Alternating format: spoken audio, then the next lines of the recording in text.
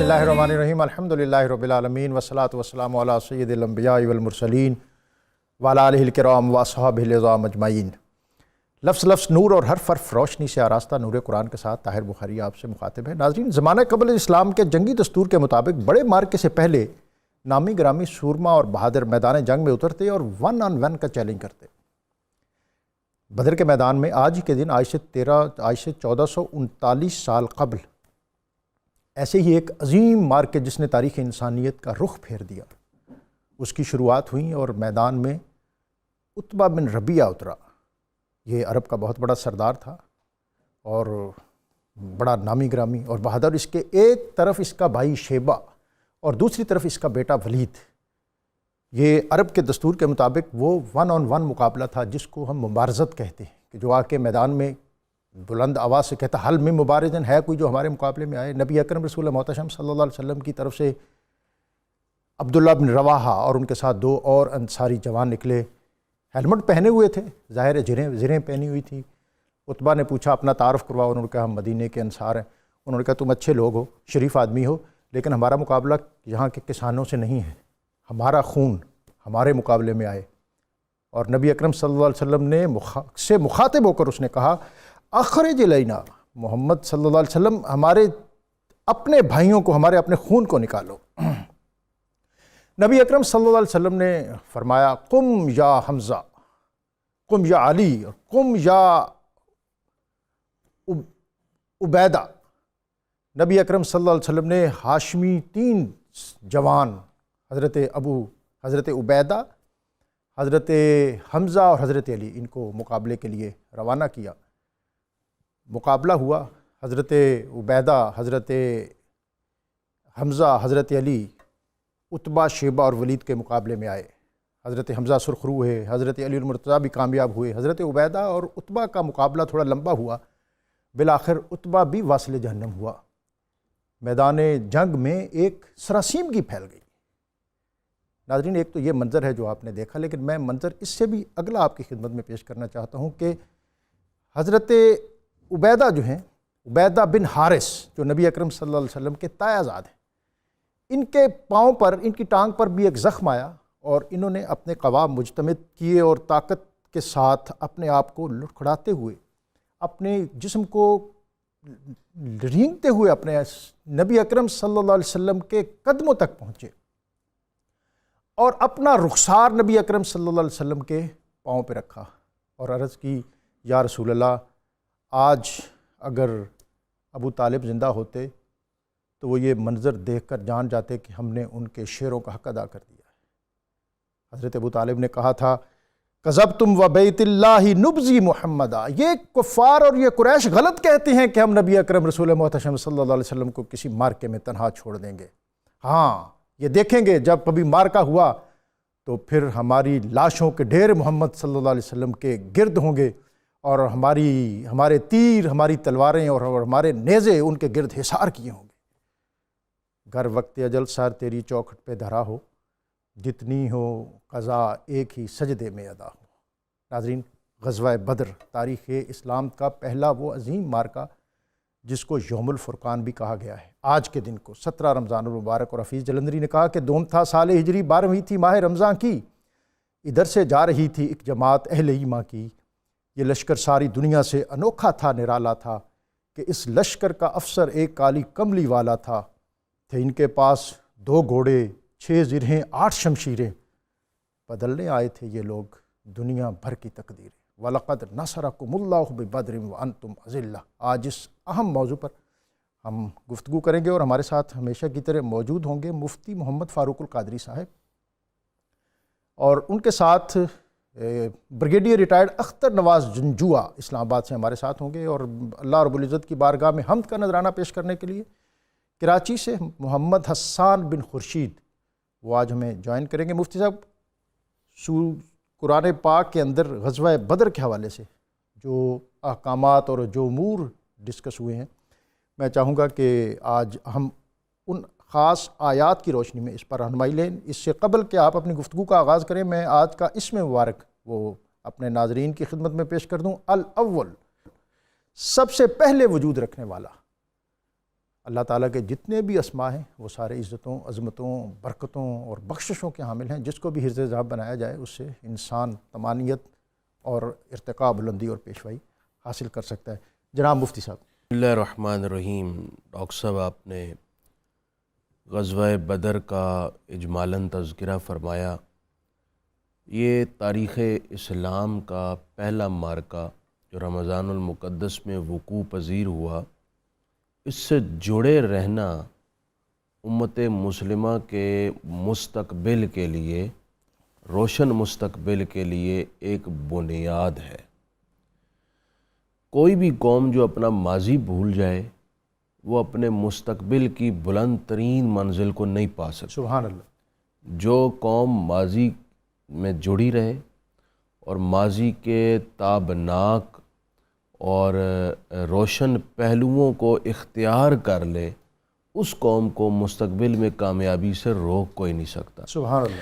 ہمارا آج مسئلہ یہ ہے کہ ہمیں دنیا بھر کی غیر ضروری معلومات تو ہے، لیکن اپنے ماضی کے ان اہم ترین گوشوں کا علم ہی نہیں جن بنیادوں پر ہم اوج ثریا پہنچے سبحان اور اللہ. جن پر چل کر ہم مستقبل میں دوبارہ دنیا کی امامت اور قیادت کا شرف پا سکتے ہیں.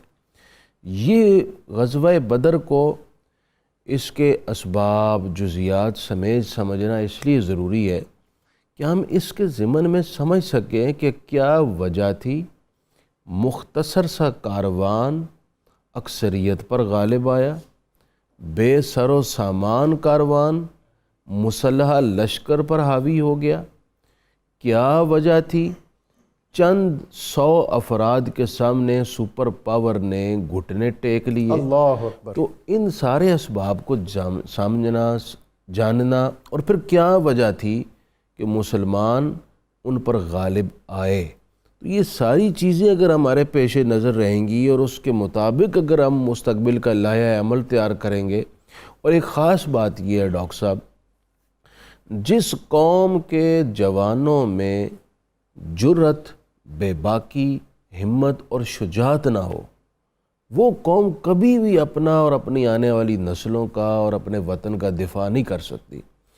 اور جرت اور ہمت پیدا کرنے کے لیے ضروری ہے کہ آپ اپنے ماضی کے ان ہیرو، ان آئیڈیل کرداروں کا تذکرہ کرتے رہیں وقتاً فوقتاً، پڑھاتے رہیں اپنے بچوں کو، ڈالتے رہیں ان کے ذہنوں میں ان کی بہادری کے نمونے.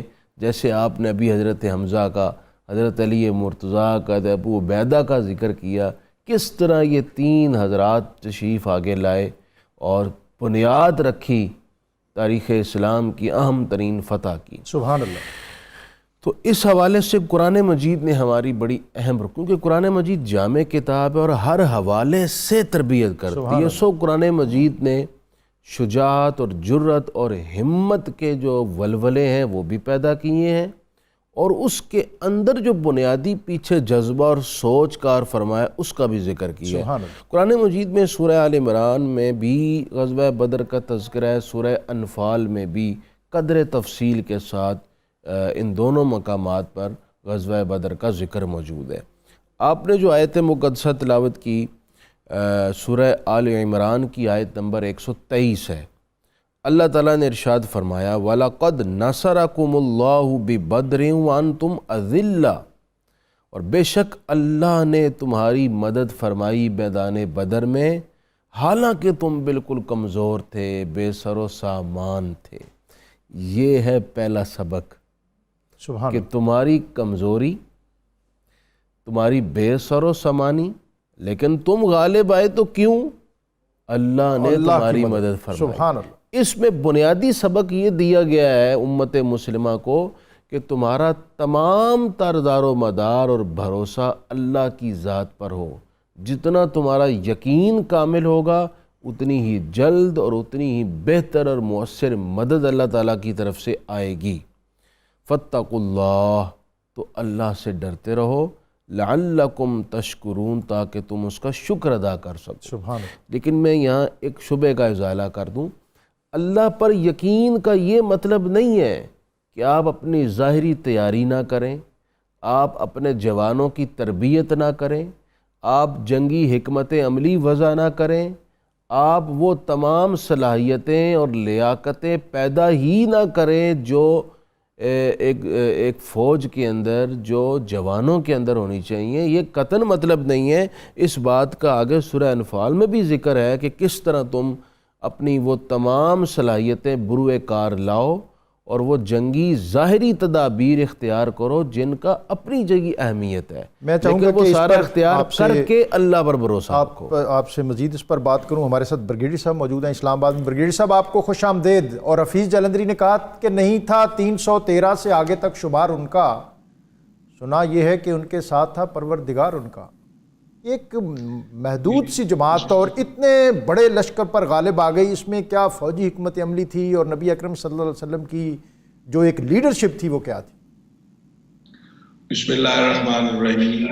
السلام علیکم ورحمۃ اللہ. ڈاکٹر صاحب آپ کو، مفتی صاحب کو، حسان صاحب کو، کراچی سے، اور جملہ جتنے بھی ہمارے ناظرین ہیں، سب سے تو پہلے میں ہدیہ تبریک پیش کرتا ہوں 92 کو اور آپ کی ٹیم کو کہ آپ لوگ ان عظیم ترین ایام کو نہ صرف یاد رکھتے ہیں بلکہ قوم کو یاد دلانے کے لیے اور نوجوان نسل کی تربیت کے لیے ان پر شعر حاصل بحث بھی کرتے ہیں اپنے پروگراموں میں.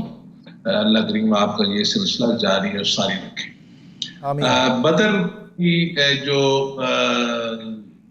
جنگ ہے ماشاءاللہ، میرے خیال میں اللہ کریم کا ایک احسان عظیم، رسول پاک صلی اللہ علیہ وسلم کا احسان عظیم اور اصحابہ بدر کا احسان عظیم پوری امت قیامت کے روز تک نہیں اتار سکتا. اگر بدر کا مارکا نہ ہوتا تو آج دنیا میں یہ جو 2.25 ارب مسلمان ہیں یہ شاید نہ ہوتے. اب دیکھنا یہ ہے کہ ایک مورل نہیں، ایک نفسیاتی اسینڈنسی حاصل تھی قریش کو. جب بھی چاہا دبوچ لیا، جب بھی چاہا قبضہ کر لیا، جب جی چاہا وطن سے نکال دیا، جب جی چاہا جو کچھ بھی کر لیا سڑک پہ چلتے ہوئے بیت اللہ کے اندر. تو اس صورتحال میں اس جنگ کا جو نتیجہ نکلا اس نے ایک بالکل رخ پلٹ دیا اسٹریٹجک، ایک بہت ہی اس کا دور رس نتائج کی حامل یہ جنگ تھی. دیکھنا یہ ہے کہ جب مسلمان مکہ معظمہ میں تھے تو وہاں جو قرآنی تعلیمات یہ کہتی ہیں کہ وہاں صبر کا حکم آتا رہا، صبر کا حکم آتا رہا. لیکن مدینہ میں جب ریاست مدینہ قائم ہو گئی، مسلمان تھوڑے سے اکٹھے ہوئے تو وہاں پھر حکم ہوا حرب کا. اب یہ جنگ جو ہے اس میں دیکھنا یہ ہے کہ آپ نے، مفتی صاحب نے بڑی خوبصورت بات کی کہ جی صرف اللہ پہ یقین ہی نہیں. وہ جب ہم جاتے ہیں سورہ پہلی ہی جو آیات ہیں جو متقین کی نشانیاں ہیں یؤمنون بالغیب، اس کے ساتھ ایمان تو بہت ہی مضبوط تھا ان کا، لیکن عمل کی کیا بات ہے. جیسے آپ نے بتایا کہ عبیدہ بن حارث کا کہ جس طریقے سے وہ آئے، اب ٹوٹل 80 جو ہے وہ مہاجرین میں سے اور 170 اور 80 جو ہے وہ انصار میں سے، لیکن ہر ایک کا جذبہ قابل دید، ہر ایک کی یہ ایفرٹ، یہ کوشش کہ وہ قربان ہو جائیں اللہ کے نام پر، اللہ کے نبی کے حکم پر.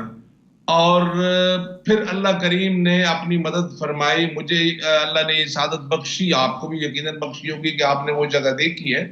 تو اس میں جو میں کہوں گا جو 3 لائنز آف ڈیفنس تھیں، وہ پہلی لائن آف ڈیفنس بھی نبی پاک صلی اللہ علیہ وسلم کی ذات برکات تھی کہ وہ جو شمع رسالت کے پروانے تھے انہوں نے اپنی جان جو ہے وہ ان کے نام کر دی تھی. سبحان اللہ.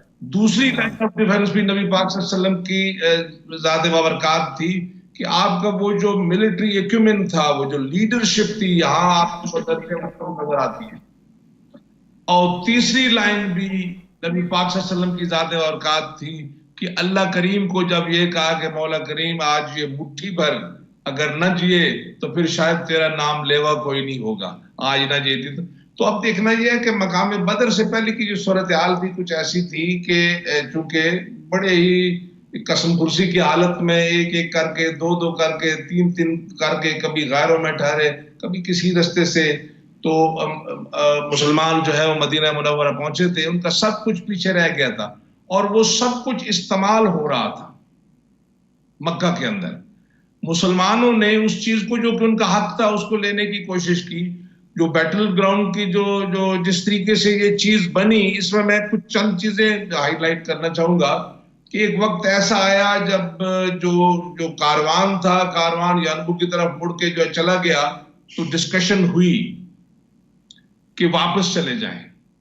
اب یہ ایک ملٹری کمانڈر کا بہت بڑا فیصلہ ہوتا ہے آن گراؤنڈ، ویئر وہ دیکھتا ہے کہ 49.9% چانسز ہیں نقصان کے، لیکن 50.1% چانس ہے فتح کے۔ تو میرے خیال میں یہ رسول پاک صلی اللہ علیہ وسلم نے مشورے سے یہ فیصلہ کیا کہ نہیں، مقام بدر پہ جا کے ہم نے اپنے ڈیفنس کو سیدھا کرنا ہے۔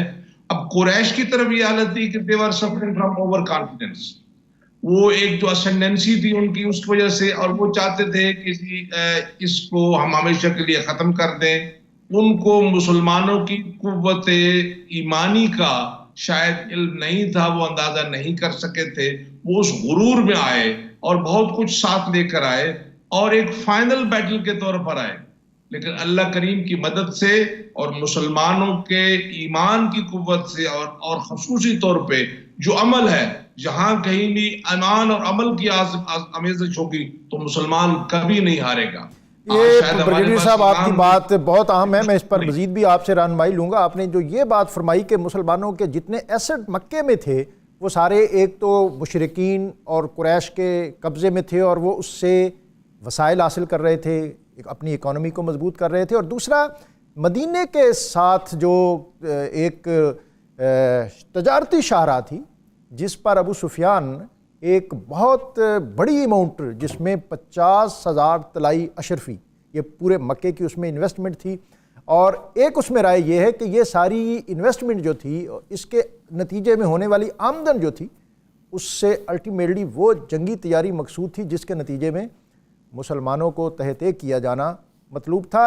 اور اس کے پیرالل اسی لیے نبی اکرم رسول محتشم صلی اللہ علیہ وسلم نے مدینہ میں ابتدائی طور پر 6 ماہ اپنی داخلی تنظیم کو مستحکم کیا، آپ نے میثاق مدینہ کیا، سب اس سے بھی پہلے آپ نے اپنا سیکریٹریٹ مسجد نبوی کی صورت میں قائم کیا، جو فوجی ہیڈ کوارٹر بھی تھا، جو تبلیغ کا مرکز بھی تھا، جو تزکیے کا مرکز بھی تھا، جو صفہ کے نتیجے میں ایک تدریس کا مرکز بھی تھا، اور اس کے بعد آپ نے یہود اور مسلمانوں کو اس نقطے پر اکٹھا کیا کہ مدینے کا دفاع بنیادی بات ہے، اگر کوئی باہر سے حملہ کرے گا تو ہم اس کے ساتھ مشترکہ طور پر لڑیں گے اور مدینے کا دفاع کریں گے۔ مفتی صاحب، جو اس غزوے اور اس مارکے کے نتیجے میں جو خاص نصیحت اور جو اسباق ہمیں ملتے ہیں جس کی طرف آپ ابتدا میں اشارہ فرما رہے تھے، میں چاہوں گا کہ آپ عطا فرمائیں۔ ڈاکٹر صاحب، میں یہاں کے سب سے پہلے ایک اہم ترین بات یہ کرنا چاہ رہا ہوں، غزوے میں انتہائی سخت حالات تھے، مسلمانوں کا مختصر سا لشکر اور سامنے ایک بڑا مسلح لشکر کھڑا ہے۔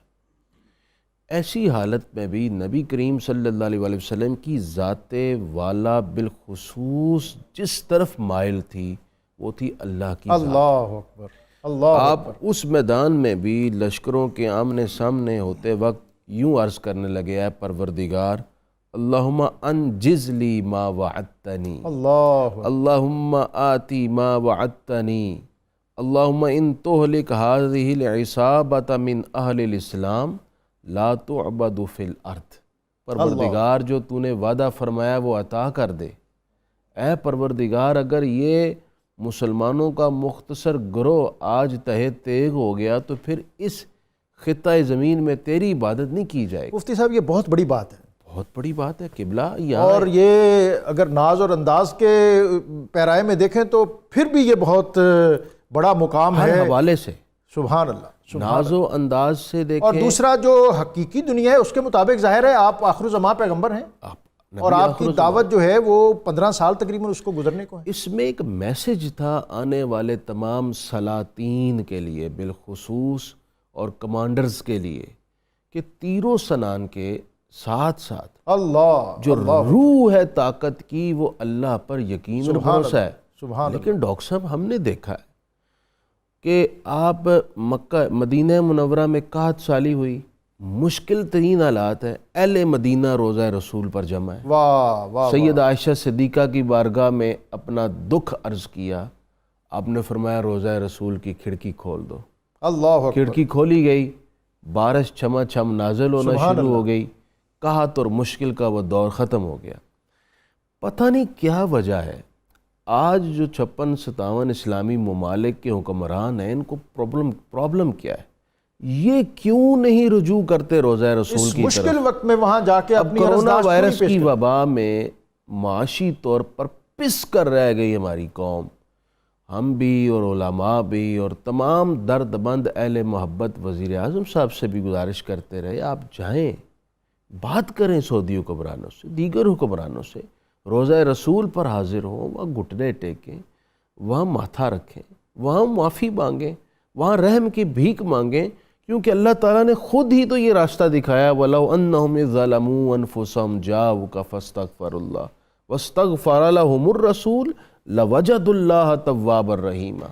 اس زیادتی اور اس کنڈیشن میں تم میرے حبیب کے در پر آؤ، میرے حبیب نے اگر تمہارے حق میں سفارش کر دی، ہم سے کہہ دیا، تو تم دیکھو گے کہ ہم تم پر اپنی مہربانی اور اپنی رحمت کی نظر فرما دیں گے۔ سبحان اللہ۔ واحد راستہ یہی ہے، ہر مشکل اور ابتلا کے دور میں ادھر رجوع ہونا چاہیے۔ یہ غزوہ بدر کا پہلا میسج ہے جو اس آیت کریمہ میں دیا سبحان گیا۔ اللہ۔ دوسری بات یہ ڈاکٹر صاحب، کوئی بھی فوج، کوئی بھی لشکر، کوئی بھی قوم اس وقت تک کامیاب نہیں ہوتی جب تک اس کے جوان با ہمت نہ ہوں اور اپنے امیر کے ساتھ مخلص اور کمیٹڈ نہ ہوں۔ سبحان اللہ۔ صحابہ کرام کے کمیٹڈ ہونے کی اس سے بڑی مثال تاریخ انسانیت پیش نہیں کر سکتی کہ سیدنا صدیق اکبر کے سامنے بیٹا کھڑا ہوا ہے، ہاں ہاں ہاں، سیدنا فاروق اعظم کے سامنے سگا ماموں کھڑا ہوا ہے، اللہ۔ حضرت حذیفہ کے سامنے ان کے والد کھڑے ہوئے، یہ ابو حذیفہ جو ہیں یہ عتبہ کے بیٹے ہیں۔ بیٹے ہیں۔ اب دیکھیں اتنی مشکل صورتحال، اور مفتی صاحب میں آپ نے ابو حذیفہ کی بات کی ہے تو عتبہ جو ہیں یہ ایک سرخ اونٹنی پہ گزرے، نبی صلی اللہ علیہ وسلم نے فرمایا کہ اگر کسی سے خیر کی امید ہے تو اس سرخ اونٹنی والے سے، اور یہ وہ شخص ہے جس نے ابو جہل کو مائل کرنے کے لیے اپنی سرتوڑ کوشش کی کہ جیسے بھی ہیں وہ اپنے ہیں، انتظار کرو، اگر وہ کامیاب ہو گئے تو ہمارا خاندان ہے، اور اگر وہ نہ ہوئے تو تمہارے مقاصد جو ہیں وہ کوئی اور پورا کر لے گا، تم اس پنگے میں کیوں پڑتے ہو؟ اس نے جو تانا دیا تھا، اس نے کہا کہ لگتا ہے کہ تمہارے مقابلے میں تمہارا بیٹا ہے تو تم جو شفقت پدری ہے وہ زور مار رہی ہے، اور اس تانے نے جو اس کے دل میں، جو اس کے سینے میں کھبا، وہ اپنے بیٹے اور بھائی کو لے کے آیا، اور ادھر سے بھی ابو حذیفہ نے مقابلے میں آنے کے لیے نبی صلی اللہ علیہ وسلم سے استدعا کی کہ دنیا کو پتہ چل جائے کہ محبت رسول صلی اللہ علیہ وسلم کیا ہے اور اسلام کیا ہے اور یہ فرقان کیا ہے۔ بے شک ڈاکٹر صاحب، یہی وہ جو ہے نا اسلام کے ساتھ اخلاص، کمٹمنٹ آج ضرورت ہے، اس کی ضرورت ہے۔ مفتی صاحب میں اس پر مزید آپ سے بات کروں گا۔ برگیڈیئر صاحب، یہ جو ظاہری حوال تھے کہ ادھر سے جا رہی تھی ایک جماعت حق پرستوں کی، بباطن روزہ داروں کی، بظاہر فاقہ مستوں کی، اور جو بات آپ نے پہلے کہی وہ حفیظ جلندری کے الفاظ میں نہیں تھا، نہ تیغو تیر پر تکیہ، نہ خنجر پر، نہ بھالے پر، بھروسہ تھا فقط تو ایک کالی کملی والے پر۔ جناب مفتی صاحب نے بڑے خوبصورت پوائنٹ ریز کیے ہیں ہمارے حکمرانوں کے لیے اور سارے مسلمانوں کے لیے۔ میرا پوائنٹ آف ویو اس میں یہ ہے کہ اللہ کریم نے ایک انویزیبل دنیا سے ویزیبل دنیا سے شروع کر کے پھر پہلے اعتراض کیا فرشتوں نے، شیطان نے ایک قسم کی جو ہے نا وہ فسق کیا، بغاوت کر دی، آدم علیہ السلام سے لے کر وہ جبل رحمت کے کنارے تک آنے تک، دین کو مکمل کرنے تک ایک بڑی لمبی تاریخ ہے انسانیت کی تربیت کی، اسلام کی ترویج کی، مسلمان کی تربیت کی۔ اور جس دن وہ اعلان ہو گیا، یہ میرے عقیدے کے مطابق یہ ہے، اس دن سے ذمہ داری میری ہو گئی۔ اللہ نے نعمتوں کا اتمام کر دیا، زندگی گزارنے کا طریقہ مکمل کر دیا، اب اگر میں اس رستے پہ چلوں جو رستہ بالکل کلیئر کر دیا گیا تو میرے لیے فلاح ہی فلاح ہے، کامیابی ہی کامیابی ہے. اور اگر میں نہ چلوں تو 1200 سال نہیں 1200 کروڑ سال اور بھی جوتے پڑتے رہیں گے. اللہ کو کیا پڑی ہے کہ وہ اپنی سمدیت پہ حرف لائے، اس کو کیا پڑی ہے کہ وہ بھی اپنی بیازی کو وہ کرے، جب وہ ایک کن سے مجھ جیسے کروڑوں پیدا کر سکتا ہے. جب مجھے وارننگ دے رہا ہے سورہ محمد کی آخری آیات میں تمہیں تبدیل کر دوں گا ایسے لوگوں سے جو تم سے بہتر ہوں گے. جب اس نے بتا دیا کہ اگر ایمان کی قوت ہو، عمل کی قوت ہو تو 313,000 مغروروں کو مٹی میں ملا سکتے ہیں. جب اس نے یہ بتایا، آپ نے یہ جاؤکا والی آیت مفتی صاحب نے پڑھی، اور جگہ میں پھر یہ ہے کہ کیوں نہیں جاتے ہو نبی کے پاس، نبی کو سلام کرو وہ تمہارے لیے مغفرت کریں. اور تو اور میں زخر میں پڑھ رہا تھا کہ جن فرشتوں نے عرش اٹھایا وہ بھی میری مغفرت کی دعا کر رہے ہیں. میرے میں اپنے میں عمل کی کمی ہے، میرا قبلہ اور کعبہ کہیں اور چلا گیا. انفال کی آیات سن سن کے کہ تیاری رکھو ان کے لیے جو تمہارے دشمن اور جو اللہ کے دشمن اور جنہیں تم نہیں، تاکہ ان کے دلوں کے اندر ٹیرر پھیلے. ہم نے کیا کیا ہے جناب، یہ بٹن تک تو کوئی اور بنا رہا ہے. مسئلہ یہ ہے کہ جاننا پڑے گا مدینہ النبی صلی اللہ علیہ وسلم پہ. تمام حکمرانوں کو، تمام مسلمانوں کو وہاں سے نبو ہونا پڑے گا. وہاں سے محمد رسول صلی اللہ علیہ وسلم، وہ جو قرآن ہے وہ صاحب قرآن سے ملائے گا، اور صاحب قرآن پھر اس سے ملائے گا جس کا کلام ہے وہ. اس لیے بہت ضروری پوائنٹ ریز کیے ہیں، بہت ضروری پوائنٹ ریز کیے ہیں مفتی صاحب نے کہ تمام عالم اسلام کو. اور یہ میں پڑھ رہا تھا قرآن مجید، سورہ آراف کی آیت پڑھ رہا تھا، سورہ سجدہ کی آیت پڑھ رہا تھا. اللہ کہتا ہے میں یہ چھوٹے چھوٹے عذاب بھیجتا ہوں تمہیں وارننگ دینے کے لیے. کبھی ٹڈی دل آ جاتی ہے، کبھی خون پھینکا جاتا ہے، ابھی کچھ آتا ہے. کیا ہمیں یہ کوئی احساس نہیں ہے؟ کب آئے گا یہ احساس کہ ہم کس طرف جا رہے ہیں؟ ہم دوسروں کی دیکھا دیکھی کس دوڑ میں لگے ہوئے ہیں، جبکہ ہمارے پاس یہ عظمتوں کے مینار، یہ شمس و قمر عظمتوں کے جو انسانیت فروش تھے، لیکن جب بدلے، جب محمد رسول اللہ کے غلام ہوئے تو دنیا گھر میں بیٹھی ان کے نام سے کانپتی بھی تھی اور ان سے سبق بھی لیتی ہے، آج بھی لیتی ہے. آج بھی عمر لا پڑھایا جاتا ہے، آج بھی صدیق اکبر جیسا کوئی نہیں ہے، آج بھی عثمان غنی جیسا سخی کوئی نہیں ہے، آج بھی علی مرتضیٰ جیسا شجاع کوئی نہیں ہے. بدر کا جو سب سے بڑا لیسن یہ ہے کہ یؤمنون بالغیب، اور اس کے بعد عمل اور اطاعت امیر. جب امیر کا حکم آ گیا تو پھر جان کی کوئی نہیں. اس لیے اللہ نے کہا ہے کہ یہ نبی جو ہے تمہاری اولاد مال. یہ بریگیڈیئر صاحب آپ نے بہت جو عمدہ بات کی ہے، ایک تو اطاعت امیر والی، اور دوسری اس سے پچھلی جو گفتگو تھی آپ کی، اس میں آپ نے کہا کہ کمانڈر کے لیے بہت اہم موقع ہوتا ہے کہ جب وہ جا کسی اور مقصد کے لیے رہا ہوتا ہے اور درپیش کوئی اور مرحلہ آ جاتا ہے. بنیادی طور پر مدینہ سے جب یہ 313 لوگ نکلے تھے تو یہ جنگ کے لیے نہیں نکلے تھے، بلکہ ابتدائی خیال یہی تھا کہ یہ جو تجارتی کارواں جس کی رقم اور آمدن الٹیمیٹلی مسلمانوں کے خلاف استعمال ہونی ہے، اس کا راستہ روکا جائے. بدر اور مدینے کے درمیان جب یہ پہنچے تو اطلاع ملی کہ 1000 پر مشتمل قریش کا لشکر نخوت، تکبر، غروب اور سامان جنگ سے آراستہ نکلا ہے. اور یہاں پر وہ مشاورت جس کی طرف مفتی صاحب نے بھی اور بریگیڈیئر صاحب نے اشارہ کیا، تاریخ کی اہم ترین مشاورت حضرت ابوبکر صدیق نے، حضرت عمر فاروق نے اور حضرت مقداد نے یہاں پر خطاب کیا. لیکن تاریخ لکھتی ہے کہ ان کی جان نثاری اپنی جگہ، لیکن نبی اکرم صلی اللہ علیہ وسلم پھر بھی فرماتے رہے اشیروا علیہ، مجھے مشورہ دیں. اب حضرت سعد بن معاذ کھڑے ہوئے اور عرض کی یا رسول اللہ، لگتا ہے آپ کا روح سخن ہماری طرف ہے، ہم آپ پر ایمان لائے ہیں اور آپ کی تصدیق کی ہے، اور آپ اگر سمندر کے کنارے کھڑے ہو کر اپنی سواری سمندر میں ڈال دیں گے تو ہم آپ کے پیچھے نہیں رہیں گے. آپ آگے بڑھیے، ہماری جو جاں سپاری ہے، جو جاں نثاری ہے، اس کے وہ مناظر اور مظاہر آپ دیکھیں گے کہ آپ کی اللہ آنکھیں ٹھنڈی کر دے گا. اور حضرت سعد بن، بنیادی وجہ اس کی یہ تھی کہ جب بیعت عقبہ ثانیہ میں جو معاہدہ ہوا تھا انصار کے ساتھ، اس میں ایک بات یہ تھی کہ اگر مدینہ پر حملہ ہوگا تو نبی اکرم صلی اللہ علیہ وسلم کی حفاظت ہم اس طرح کریں گے جس طرح اپنے بیوی بچوں کی کرتے ہیں، اپنے گھر کی کرتے ہیں، اپنے اہل و عیال کی کرتے ہیں.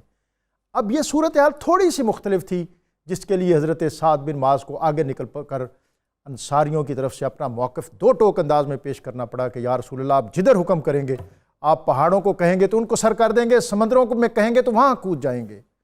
اور پھر یہ مناظر اور مظاہر تاریخ نے دیکھے، جس کا سب سے اولین مظہر جو ہے وہ غزوہ بدر ہے۔ اس پر آج ابھی ہم مزید بات کریں گے۔ ناظرین، جہاں وقت ہے ایک بریک کا، بریک سے واپس آئیں گے تو بریگیڈیئر صاحب بھی ہمارے ساتھ ہوں گے اور مفتی صاحب بھی۔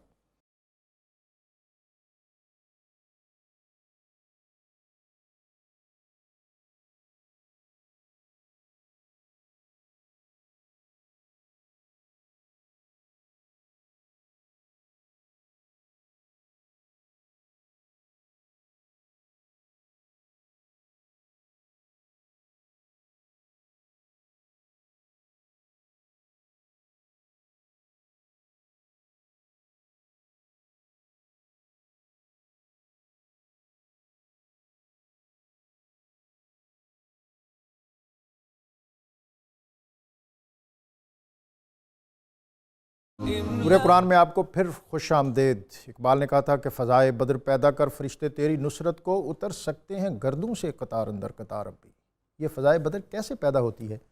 یہ مفتی صاحب بریک سے قبل جو گفتگو کر رہے تھے کہ اللہ اور اس کے رسول کے ساتھ جب انسان کی وابستگی مضبوط ہوتی ہے، اور اس کے ساتھ ساتھ جو اپنے وسائل ہیں ان کو بروئے کار لانا اور اپنی بصیرت، دور اندیشی۔ نبی اکرم صلی اللہ علیہ وسلم نے، میں نے ابتدا میں عرض کیا کہ 6 ماہ اپنا مدینہ ہیڈ کوارٹر جو ہے اس کو داخلی استحکام دینے کے بعد پھر آپ نے بطور خاص جو وہ تجارتی شاہراہ ہے جو یمن سے مکہ اور طائف کو ٹچ کرتی ہوئی پھر شام کی طرف جاتی تھی، جہاں 2000 اونٹوں کے پر مشتمل کارواں مختلف اوقات میں یہاں سے چلتے تھے، اور مکہ والوں کی اکانومی اور ان کے معاش کا سب سے بڑا انحصار اس شاہراہ پر تھا۔ مکہ والوں کو چاہیے تو یہ تھا کہ مسلمان جو وہ سمجھتے تھے کہ ان کے لیے فتنہ اور انتشار کا باعث ہیں، وہ وہاں سے چلے گئے ہیں، اب ان کو پرسکون ہو جانا چاہیے تھا، لیکن ایسا نہیں ہوا ناظرین۔ انہوں نے بیک ڈور سے یہودیوں کے ساتھ رابطہ کیا اور کہا کہ ہمارے کچھ لوگ بھاگ کر آپ کے پاس آ گئے ہیں، تم نے ان کو پناہ دے رکھی ہے، ان کو ہمارے حوالے کر دو، وگرنہ ہم تم پر حملہ کریں گے اور تمہیں غلام اور تمہاری جو عورتیں ہیں ان کو اپنی کنیزیں اور لونڈیاں بنا لیں گے۔ اور اس نوعیت کے اور بہت سے ایسے واقعات ہوئے جس سے انہوں نے ایک اپنی دہشت اور اپنا ٹیرر اس حوالے سے پورے عرب پر مسلط کر رکھا تھا۔ ان ساری چیزوں کو کاؤنٹر کرنے کے لیے نبی اکرم صلی اللہ علیہ وسلم نے پورا 1 سال اس شاہراہ کے ارد گرد اور عرب کے مختلف قبائل کے ساتھ مختلف دفاعی معاہدات کیے، جس کا بنیادی مقصد یہ تھا کہ یا تو ہمارے حلیف بن جائیں یا پھر کسی مارکے کی صورت میں نیوٹرل ہو جائیں۔ اور یہ جو اکنامک بلاکڈ مکہ والوں کا تھا یہ، اور دوسرا ان کو پولیٹیکل آئسولیشن، کہ ان کو نبی اکرم صلی اللہ علیہ وسلم نے بالکل سیاسی تنہائی عطا کر دی، کہ اس سے قبل جیسا بریگیڈیئر صاحب نے کہا کہ قریش کا نام ہی پورے خطے میں ایک روب داب اور ایک تکبر اور ایک طاقت کی علامت تھا۔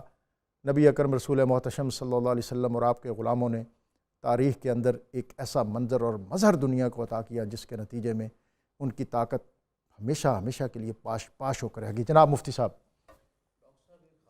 یہ ہے اگر ہم تاریخ اسلام دیکھیں، غزوہ بدر میں 313 کے مقابلے میں 1000 ہے، غزوہ احد میں 700 کے مقابلے میں آگے 3000 کفار ہیں، غزوہ خندق میں دیکھیں مسلمان 3000 ہیں تو مقابلے میں 10,000۔ اسی طرح آپ چلتے جائیں آگے لڑائیوں میں مختلف مقامات پر، یمامہ میں دیکھیں 13,000 مسلمانوں کے مقابلے میں 40,000 ہیں۔ اسی طرح غزوہ موطا میں دیکھیں 3,000 کے مقابلے میں 1,00,000 ہے۔ اسی طرح یرموک میں دیکھیں تو 40,000 مسلمانوں کے مقابلے میں 2,40,000 دشمن کھڑا ہے۔ کتنا فرق ہے! ہر جنگ میں مسلمانوں کی تعداد بڑی محدود ہے اور غیر مسلم ایک جمع غفیر لشکر کے طور پر لایا ہے اور تمام تب ساز و سامان کے ساتھ۔ لیکن آخر وجہ کیا تھی کہ ہر جنگ میں مسلمانوں کا مختصر لشکر اپنے سے کئی گنا بھاری لشکر پر غالب آتا رہا؟ کئی وجوہات ہیں۔ جہاں پر اللہ پر بھروسہ اور یقین تھا، کمٹمنٹ تھی، وہیں ایک اور بات بھی تھی، وہ یہ تھی کہ مسلمانوں کے لشکر میں شامل ہر فرد اپنی ذات کے اندر ایک انجمن تھا، اللہ اپنی ذات کے اندر پاکیزگی اور تقدس معابی کا بھی فخر تھا۔ سبحان اللہ۔ وہ دن کو گھوڑے کی زین پر ہوتے، رات کو مصلی نماز پر ہوتے تھے۔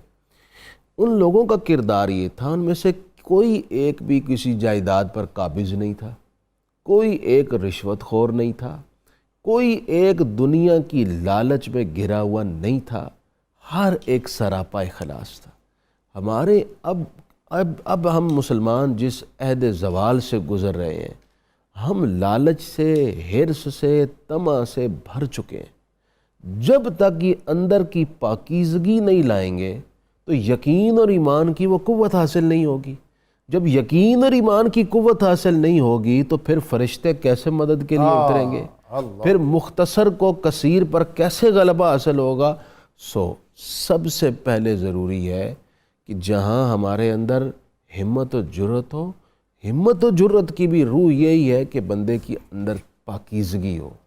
پاکیزگی جتنی زیادہ ہوگی اتنا ہی زیادہ اخلاص و یقین اور ہمت و جرت اور اللہ کے لیے جینے اور اللہ کے لیے مرنے کا جوش پیدا ہوگا۔ سبحان اللہ، سبحان اللہ۔ بریگیڈیئر صاحب، میں چاہوں گا کہ آپ نے ذکر کیا میدان بدر، وہاں ان امور کو دیکھنے کا، ایک تو فوجی نقطہ نظر سے میں چاہوں گا کہ آپ ہمیں بتائیں، دوسرا وہ جو مسجد عریش جس میں کنٹرول روم قائم کیا گیا نبی اکرم رسول محتشم صلی اللہ علیہ وسلم کا، ایک چھپر کو عربی میں عریش کہتے ہیں، اور اب وہیں پر مسجد عریش ہے، اور اس کے باہر دیوار پر دروازے میں داخل ہوں تو شہدائے بدر کے نام ہیں، اور پھر سامنے میدان بدر ہے۔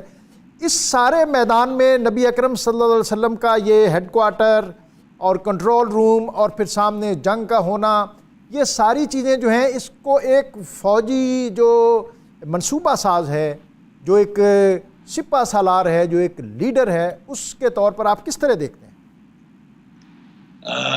ڈاکٹر صاحب، دو چیزیں میں اس سے پہلے، میں جب جا رہے تھے آپ تو میں ایک پوائنٹ ریز کرنا چاہتا تھا، چونکہ آج کے حکمرانوں کی بات ہو رہی ہے، تو جب شروع میں مفتی صاحب نے بتایا کہ جب حضرت عبداللہ بن رواحہ اور حضرت عوف اور وہ ایک اور انصار جب گئے رضوان اللہ اجمعین، تو قریش نے کہا کہ ہماری آپ سے کوئی دشمنی نہیں ہے، انہیں بھجوائیے۔ تو رسول پاک صلی اللہ علیہ وسلم کسی کو بھی بھیج سکتے تھے، لیکن کن کو بھیجا؟ واہ واہ واہ، سیدنا علی کو، سیدنا عبیدہ بن حارث کو، جو اپنا کڑم تھا، اپنا کنبہ تھا۔ آج کا مسلمان حکمران کیا کرتا ہے؟ خطرے کی گھنٹی بجتی ہے تو اپنے اہل و عیال کو دور ملک سے کہیں چھوڑ آتا ہے۔ بریگیڈیئر صاحب، بہت عام بات کی ہے آپ نے، یہ اپنا خون تھا اور سب سے پہلے ان کو پیش کیا۔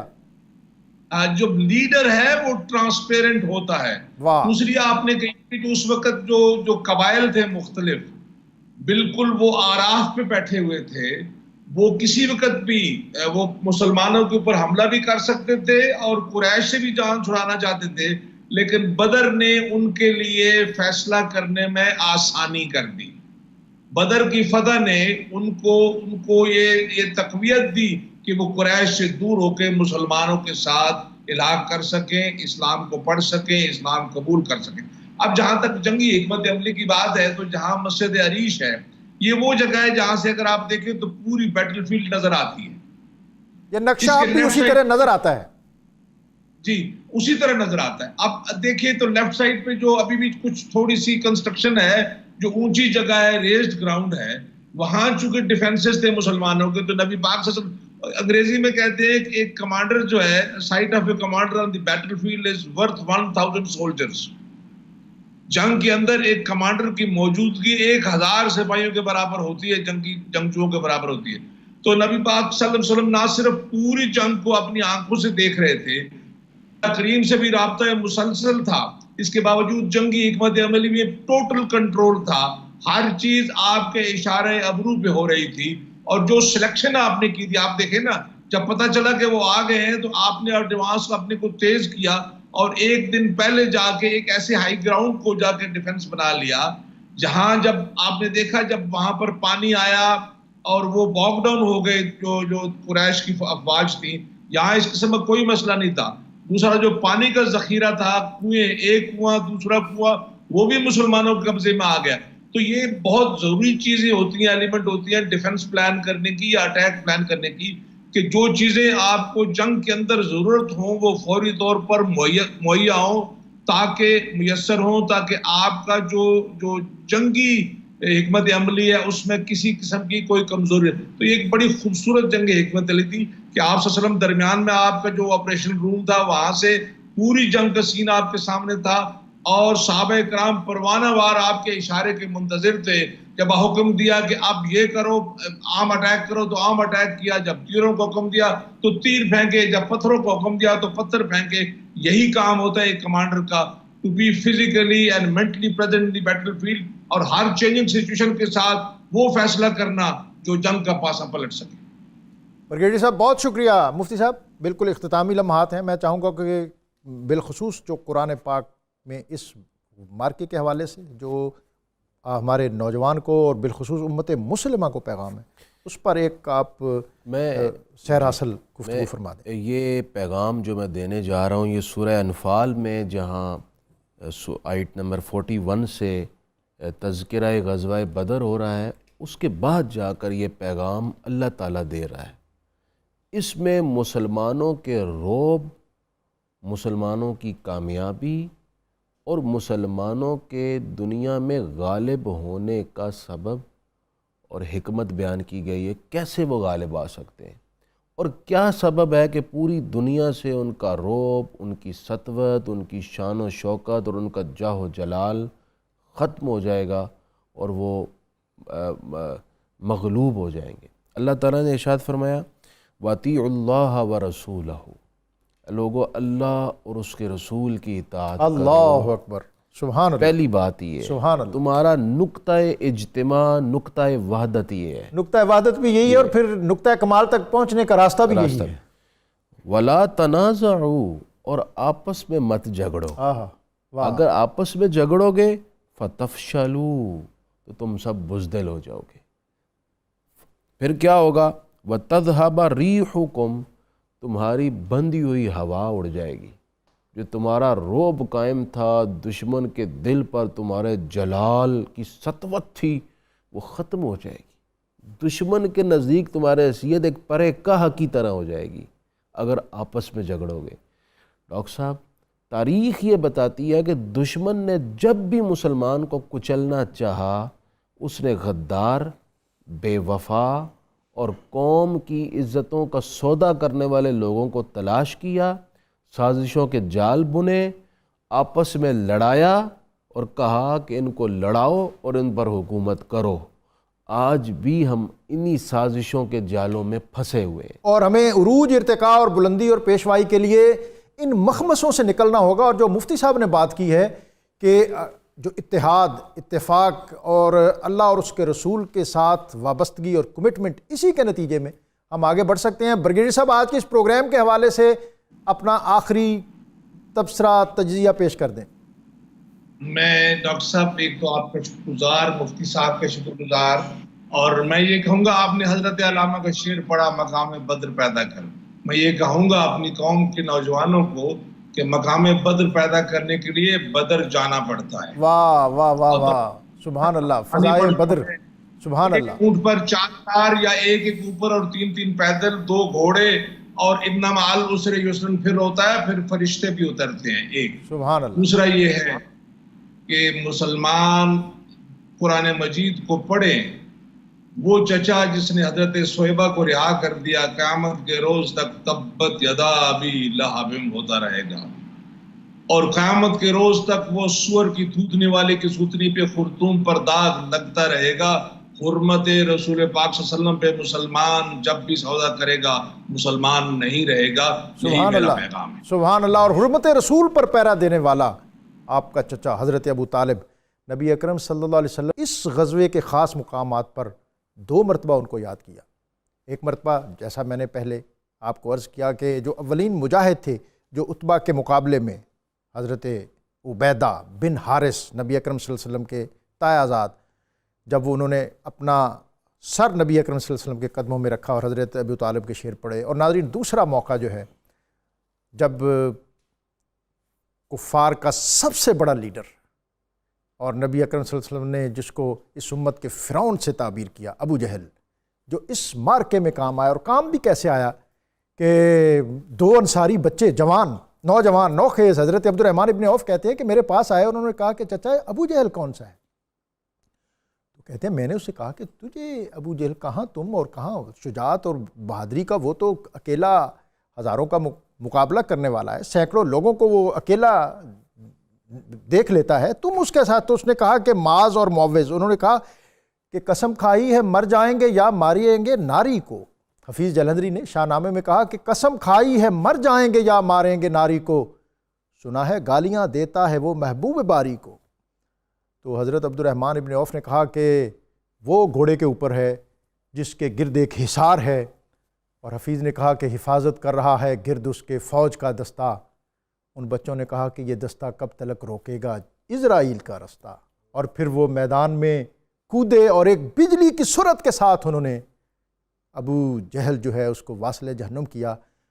اس کو جب کنویں میں پھینکنے لگے، یہ بھی ایک بڑا اسلام کی تعلیمات کا ایک مظہر اور منظر ہے کہ انہوں نے دشمن کی لاشوں کو بھی پامال نہیں ہونے دیا۔ ایک گڑھے میں ان سب 70 قریشی سردار جو بڑے نامور تھے وہ اس مارکے میں کام آئے، جن میں ابو جہل بھی شامل تھا۔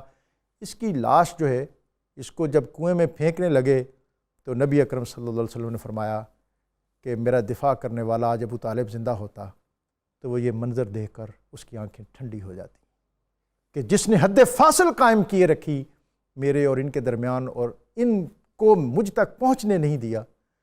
تو ناظرین، یہ جو بدر کے ہمیں مناظر اور مظاہر نظر آتے ہیں، اس میں ایک ایمان افروزی ہے، ایک بصیرت ہے اور ایک بصارت ہے۔ اور 70 قیدی ہوئے اور 70 مارے گئے اور بہت سا سامان، اور یہ 70 قیدی لے کے جب مدینے کی طرف آ رہے تھے تو یہاں ایک مقام پر آپ رکے اور ایک جمالیاتی بات کر کے آج کا ہم پروگرام ختم کرتے ہیں کہ نبی اکرم صلی اللہ علیہ وسلم نے اس موقع پر ایک قریشی سردار مطعم بن عدی اس کو یاد کیا۔ اگرچہ یہ اسلام تو نہیں لایا تھا، لیکن جس وقت مکے کی سرزمین تنگ ہو گئی تھی طائف سے واپسی پر، اور آپ کو امان لینی پڑی تھی، آ چکے ابو طالب اور خدیجۃ الکبریٰ نہیں تھیں، تو اس مطعم نے اپنے بیٹوں کو ساتھ لے کر نبی اکرم صلی اللہ علیہ وسلم کو حرم کعبہ تک لے کے آیا تھا۔ تو آپ نے فرمایا کہ آج اگر مطعم زندہ ہوتا اور وہ سفارش کرتا تو میں ان 70 کے 70 قیدیوں کو رہا کر دیتا۔ یہ ہے ایفا اور وفا۔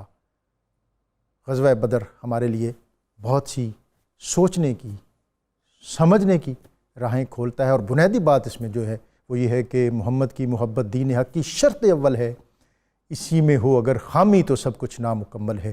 محمد ہے ہمیں سب عالم ایجاد سے پیارا، پدر مادر برادر جان اولاد سے پیارا۔ میں اپنے مہمانوں کا شکر گزار ہوں، بالخصوص مفتی محمد فاروق القادری صاحب اور بریگیڈیئر اختر نواز جنجوعہ صاحب کا جو اسلام آباد سے ہمارے ساتھ تھے، اور آج حمد باری تعالیٰ کے لیے محمد حسان بن خورشید کراچی سے ہمیں جوائن کر رہے ہیں۔ ان کی طرف جانے سے قبل ناظرین، آج کا وظیفہ ہر قسم کے خوف سے نجات۔ جو شخص کسی خوف میں مبتلا ہو وہ اول آخر درود پاک کے ساتھ 630 مرتبہ المؤمن کا ورد کرے، انشاءاللہ اللہ اس کے دل کو ہر قسم کے خوف سے دور کر دے گا۔ محمد حسان بن خورشید۔ کوئی تو ہے جو نظام ہستی چلا رہا ہے، وہی خدا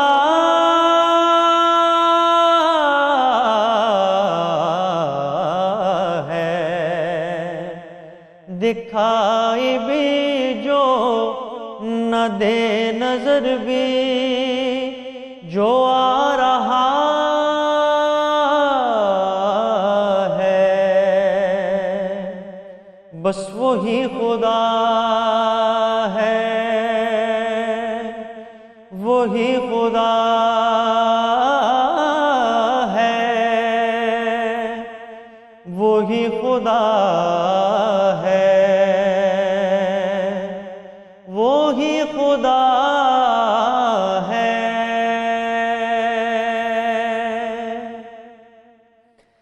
تلاش اس کو نہ کر بتوں میں، وہ ہے بدلتی ہوئی رتوں میں، تلاش اس کو نہ کر بتوں میں، وہ ہے بدلتی ہوئی رتوں میں، جو دل کو رات اور رات کو دل بنا رہا ہے، بس وہی خدا ہے، وہی خدا ہے، وہی خدا ہے، وہی خدا ہے۔ نظر بھی رکھے سماتے بھی، وہ جان دیتا ہے، نیتیں بھی جو خانہ لاشور میں جگمگا رہا ہے، وہی خدا ہے، وہی خدا ہے، وہی خدا ہے، وہی خدا ہے۔ سفید اس کا سیاہ اس کا، نفس نفس ہے، گواہ اس کا جو سب کے ماتھوں پہ مہر قدرت لگا رہا ہے، بس وہی خدا ہے، وہی خدا ہے، وہی خدا ہے، وہی خدا ہے۔ کوئی تو ہے جو نظام ہستی چلا رہا